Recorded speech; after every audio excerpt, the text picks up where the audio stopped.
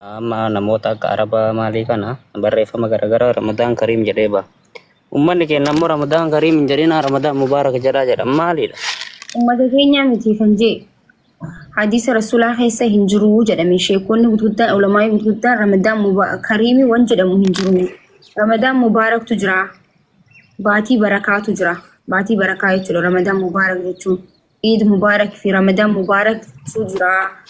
Hadiisa Rasuul sallallahu alaihi wasallam keessaa malee Kariimiin hin jiru. Soo kana dhiisaadha jedhame ustaazonni keenya sheekonni kan guddaan hin jedhinaadha jaan. Okay, ayyee Ramadaan Mubaarak bagatti keette waggaa rabbitti si adeemsus hin jedha. Namni gisee jiru gisee dhageessanii wal qarqaaru wal jechuun nam tokko wal sirreessaa deemnee akkasitti dhiisaa deemnaa jechuu barbaadeeti. Okay. Bareedaan waggaa Ramadaanota kana dura taranillee garuu Ramadaan Kariimii jedha namni tarii namni waan kana ibsu barna dhufuu danda'an beekoni. Hundumaafuu karaama isaan irra dhufan irra deemna nuti qabatti bagattiin si gahee siin jedha.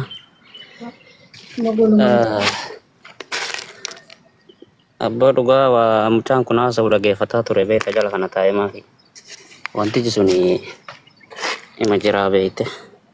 Namoonni zamana kana keessa bakka hin jiraanne wallahi kijibaan guutame. Anuu sila akka Ramadaana kana wafii Ramadaana kana qaba malee sila mana kee kanatti affeeramee waan dubbadhutu jira waan dubbadhu qaba beekte maafi. Haa ta'u amma xiqqoo qaqal'inna qabna. Waan dubbachuu barbaannellee haga dandeenye isin dubbachuu hin dandeenyu.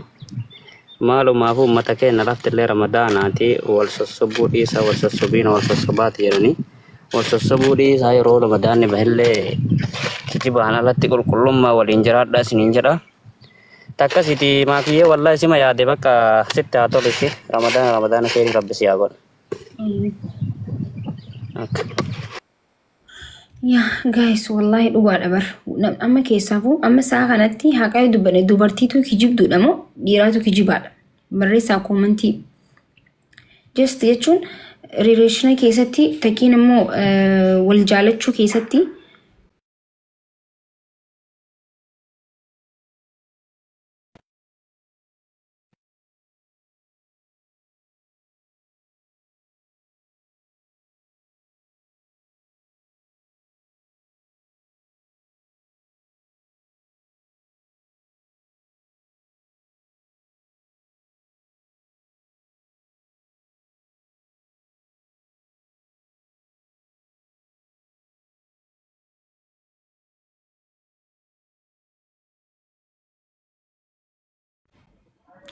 Hayyee guys silkiitu na bilbilame sagaleen keenya dhaga'ama.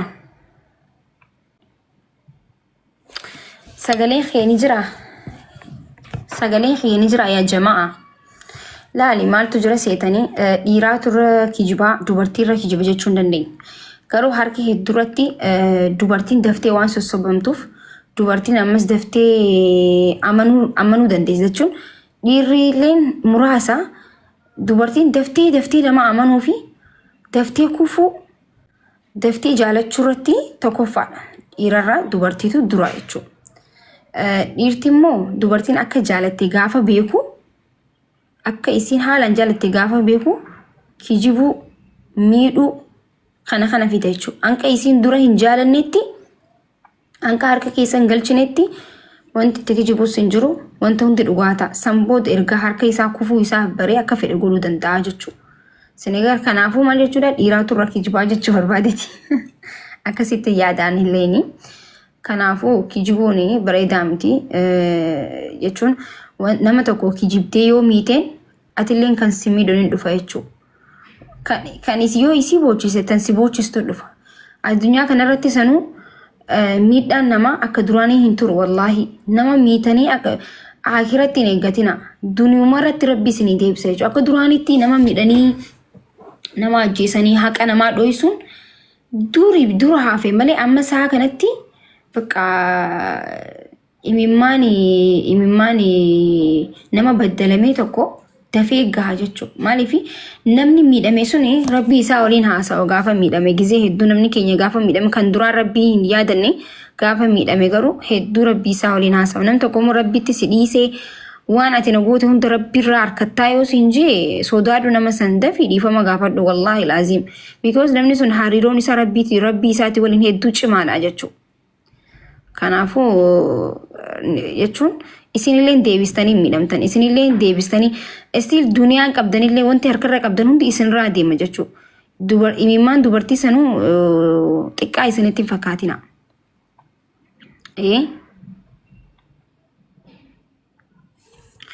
Kanaafuu ofirraa eegaadha isinin jaayaa Oromoo.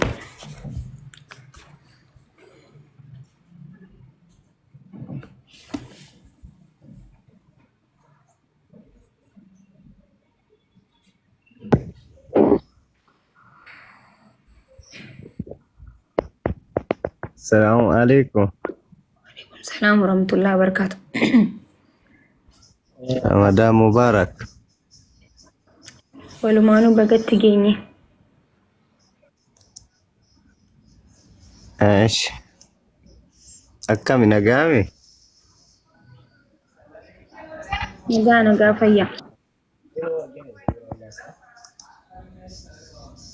جلك أنا نموني بايني yaaduma warra kaanin fida jedhee na eegutti jira na fakkaata.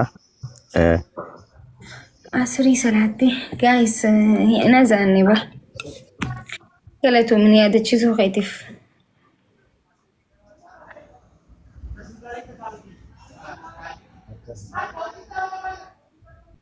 Hanqa azaanu asumarra teenye gaafa azaanii laayifii cufannee deemna. Asrii booda wada kushiinaa jedhama. Sagaleen kan jiru moo isitti dabalan? Ni jira sagaleen kee. Hayyee.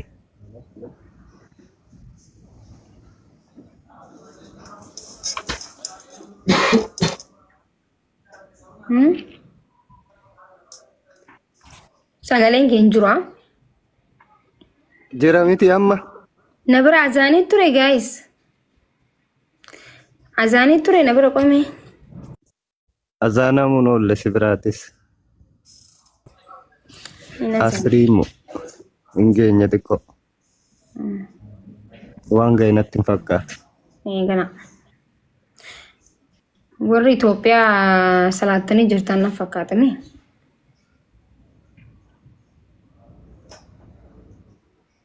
Maal jettu? Warri Itoophiyaan jiru. Ani Itoophiyaan jiru garuu akka Itoophiyaatitti sammuu maqaa asriin ga'eera. Nuti salaamni. Hara salaatamee darbeeyyo as Itoophiyaan masaatii 11 ta'a bar. Ayye. Hin badin ayyeeshi. Hayyeeshi. Okay, nuti salaatiidha. Salaata azaana achiitiin mitire azaana biyya tanaatiin deemnaa mitire. Sa'a 10 daqiiqaa 12 Itoophiyaa. Warri garuu beelee sa'a laalu jiru ni jira. Sa'a laalu jirtanii gara.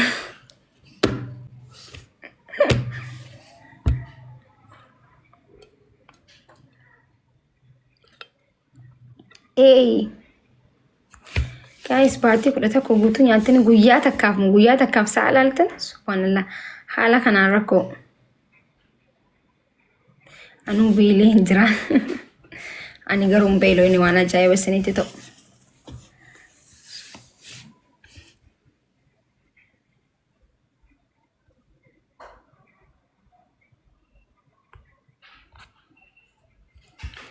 በእዝነትኛን የቀና በቃ ነጊያን ቱራ ጋይሳ ነጊያን ቱራ ወሊድ ዴቢ ነጋ ፍሩ አቡት ኢንሻአላህ ከጅብቴ ጀቾቲ ani inkijibne lebeta isin dura hin qarati isin markaza qarati anis immoo hin qaraa eegasi achi keessatti gizee osoo viidiyoo isin argin osoo fuula isin argin bakka si fuudha jedhee dhugumaan jaaladhe ayye eegasi gaaf kan shari'aan islaamaa wallaalladha jettii wallaalannaa jedheen eegasi yoo wallaallanne jennu immoo naan taane nasi akka gizee sagalee sanii fi cumaan dhiise. So si abaartuu si haqa qabdi gaa maaliif jennaani nam tokko sin fuudhan jiru osoo dura hin laallatiin akkamitti jecha sin fuudhu jettaan dubati. Sin fuudha jechuun waan xiqqaa gooteeti immoo akkamitti osoo hin laallatiin osoo siif ta'u isii hin hubatiin sagalee isiiti yoo sin fuudha jetteen sagaluma isiisanii maaliif hin fuudhirre. Maakee dhugaa yoo dubbadhe laale ani gizee awwala sagalee bareeddee akka malee mucattee sagalee bareeddee ammallee quraana sirrii qaraatii namallee dubbiftuu jechuun isi matanaa laaluu qaba jedhee si fuudha jedheeni eegas immoo mucatteen gizee as baasee wajjin haasofnee isillee bakka nafoo taa'ee si fuudha kalaas nafoo taa'ee dhugaan nafoo ta'ettee mumkin waggaa tokko akkas wal haasofnee waggaa tokkoon booda suuraa isii arge gaafa suuraa isii arge. Wayi kijibdaa dubbii akka teenyee kijiba warra kijiba dhaggeeffatus nun godhini. Laa wallaahi dhuguma yoo jira jiraattillee mumkin maqaa sila sitti mudanda. No, maqaan barbaachisu hayyee itti fufi. Kazaa eegas gaafa as baasee waliin laallu isiin narrallee guddoodha. Ammallee immoo akka yaada isinitti naaf hin taane ani immoo bakka ati waliin taanuu na dhiisee nan achumaan akka malee na abaarte bakka wallaahi akka malee bootteellee na abaarte ani immoo tillee dawwalee ammallee immoo saantimaan itti dawwalee na dhiisii soomanni dhufuu jira namni kun walii qulqullaa'u qaba jennaan har'aa miti qiyaamayyuu siin dhiisuu naan jette. Ani immoo bakka sanatti sodaadhe. Yaa maaltu jira seete wallahi yattee erga kakatteefu ati balleessitee jirta akka dhugatti. Oguu duraa sagalee isiin siif taatee quraana gizee qaraatu naaf taatee jette. Sagalee fi quraana isiin qaraatu sanitti qalbii si fuutee sin fuudhaa jetteen mi? Yaa. Bifa isirra gisanaati bifa isirra osoo hin ta'in haala mala isiin isitti haasoftuurraa jaalalti si qabdee sin fuudha jetteen miti moo sin qabne osoo sin qabin sin fuudha jetteen. Laa dhugaa dubbachuudhaaf na qabdee osoo sagalee laalee immoo akkaataa isiin naamusa isii laalee osoo na qabdee eegas immoo gaafa shari'aan islaamaa nama tokko yoo fuuta wallaalladhaa viidiyoo hin jettiimi anaaf shari'aa islaamaatti viidiyoo gaafa laalladhu immoo isiin nama naaf ta'u miti laallan eegas immoo narraa gale. Okay, rakkoon kee fuula isirratti jechuun amala isii fi quraana isii qaraatu irratti osoo hin ta'in. Yaa dhugaadha. Okay, so oguu duraatu ati jechuun namni hundinuu Rasuul sallallahu alaihi wasallam maal jee yoo talaaltan ta isin gammachiisu fuudhaadha jee. Jechuun kana qabdu san qabdu kana qabdu mana qabdu osoo hin ta'in yoo akka laaltu tan si gammachiistudha. Dhugaa gijoo akka laaltu tasi gammachiistu fuudhuu qabda jechuun gizee akka laaltu tasi gammachiistu. Garuu wanti ati goote maal inni oguma duraa isii waliin haasoytu san jechi wal fuuna jiru fi jechi ni haa godhanna jiru waan salphaa miti baay'isawee waan itti yaaddamee atis itti yaaddee osoo isittiin himin sammuu keetiin murteessitee itti deemtudha malee kan mala faahaatee akkuma sagalee istaati siin fuudhu jechuun qalbii nama sanii cabsuu taati. Sagalee. Kanaafuu ganaafillee waan akkanaa hin godhin dubartii takka sagaleen sitti toltus quraanaan wanti gizee qaraatu sitti toltus jechuun waan ati barbaaddu san jechuun bireedina meebi ati bireedina barbaadde nama bireedaa feetana fakkaata akka laalutti mi. Ammallee maal ta'e si fakkaate maakii dhugaa dubbachuudhaaf wal janajjannee anillee immoo takka isiin kabajaa isillee na kabajee osuma wal kabajee isillee dura natti dhiyaachuun sodaattee eegas gaafa ani kabajee bakka istiraamaadhaan ani taasisuuf natti dhiyaattee akkuma shari'aatti bakka fuulanna viidiyoo nan baatee na mul'attee jettu ani laalee bakka guyyuma takka laalee guyyuma viidiyoo argisan irraa lash godhuu jammare taasisuun dhiisee isiin akka duraanii caalaa deebiftee na dawaluun jammarte ani immoo hin dhiisee gaaf kaanii maaliif ni kaanaan godhannee na ergannee naan jennaati naaf hin taatu ani yaada jijjiiree jira jennaan achumaan abaaree kana kakattee lafa qabattee gaaf tokko faa kakattee rabbiin edana nagaa sin bulchee biyya keetti nagaa sin galchee naan jettee na abaarte amma immoo soomani dhumnaan qarshii dhaguutee itti dawwalee nabbeeri na dheesii ani yoo du'ellee hin beeku jennaan qiyaamayyuu siin dhiisuu naan jette. Ani immoo gaaf sangalgala nu dhukkubee. Hundinuu wallaahi hin soba jecha jiran jechuun namni hundu. Wallaahi billaahi hin sobu wallaahi jechuun abbaan fedhaa jiru. Wallaahi hubachuu qabdu qabaachuu qabda ramadaanaa soomana afaan hin qabna yoo namni tokko yoo